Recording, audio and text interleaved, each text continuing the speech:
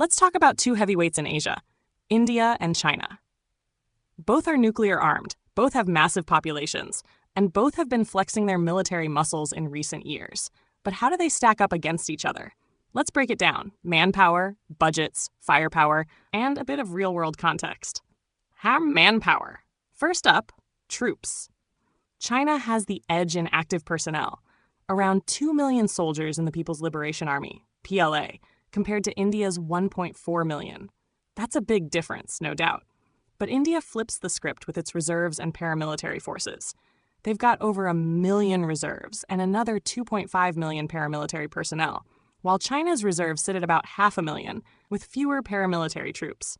So while China has a larger standing army, India has depth, millions more they could call up if things got real. Budgets. Now, let's talk money. China's defense budget is massive, over $200 billion a year, sometimes estimated even higher if you factor in hidden spending.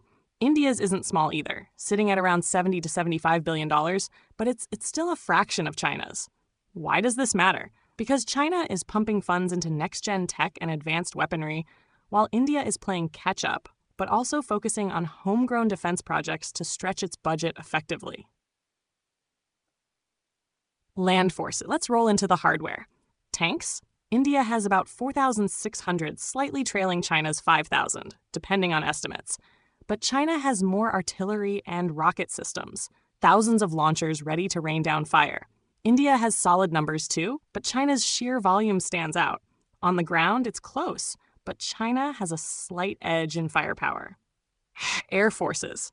In the skies, China leads. They have over 3,300 aircraft, including about 1,200 fighters, and they're rolling out stealth jets like the J-20. India has around 2,200 aircraft, with roughly 600 fighters, top-tier jets like the Rafale and Su-30 MKI, but no fifth-generation stealth fighter yet. China has the numbers and newer tech, but India's pilots have real combat experience, especially in tough terrains like the Himalayas. Naval forces. Out at sea, China's Navy is a beast. Over 700 ships, including 2 aircraft carriers, dozens of destroyers, and nearly 80 submarines. India's fleet is smaller, with around 300 ships, including 1 aircraft carrier, a handful of destroyers, and about 17 submarines. China's Navy is built for dominance across the Pacific. India's is focused on securing the Indian Ocean. Different priorities, but China has the bigger fleet. Nuclear capabilities. Both nations have nuclear weapons, and that's a factor no one can ignore.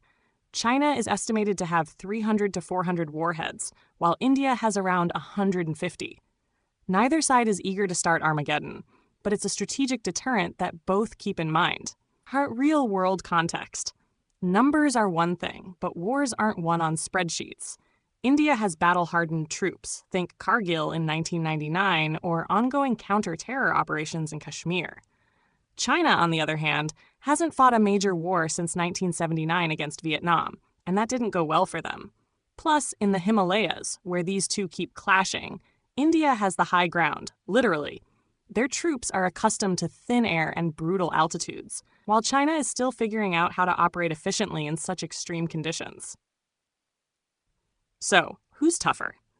China has the money, numbers, and cutting-edge tech. India has grit, combat experience, and a history of punching above its weight. A full-scale war? Unlikely. Both know it would be disastrous. But if conflict ever breaks out, it won't just come down to who has more. It'll be about who uses their assets better. What do you think? Does India's resilience and strategy outweigh China's military dominance? Let me know in the comments.